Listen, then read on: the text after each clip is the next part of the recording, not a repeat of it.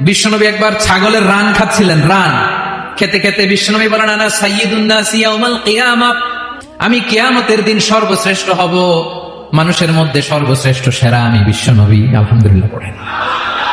বিশ্বনবী বলেন, সেদিনটা বড্ড ভয়ঙ্কর।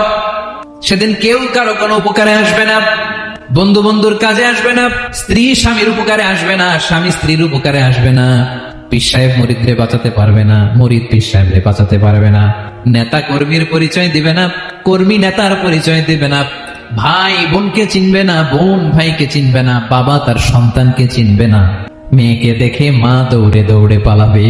বড্ড ভয়ঙ্কর দিন। বিশ্বনবী বলবেন, জমিনটা এখনকার মতো থাকবে না, পুরো জমিনটা সমান হয়ে যাবে।